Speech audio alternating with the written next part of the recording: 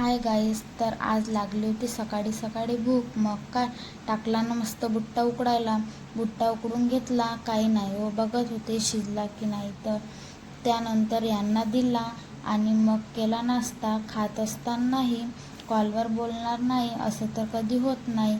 मग मी पण खाऊन घेतला मस्त असा गरमागरम बुट्टा आणि उरलेल्या बुट्ट्याचे घेतले मस्त दाणे काढून. त्यानंतर आज नागपंचमी असल्यामुळे आमच्याकडे होतात उकडीच्या पोळ्या.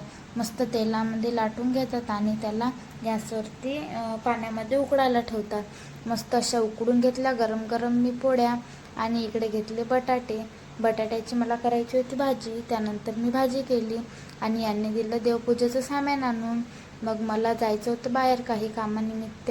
बाहेरचा नजारा बघतो तर किती सुंदर झाला होता. त्यानंतर आलो आणि यांनी घेतली देवपूजा करायला. पूजा करताना नारळ तर काही फुटतच नव्हता, कारण तो नारळ देवाला पावला होता.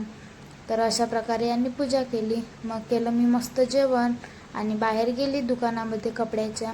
त्यानंतर मी मस्त असं स्वीटकॉर्न बनवलं आणि असं संपवलं आजच्या दिवसाचा शेवट. तर बाय.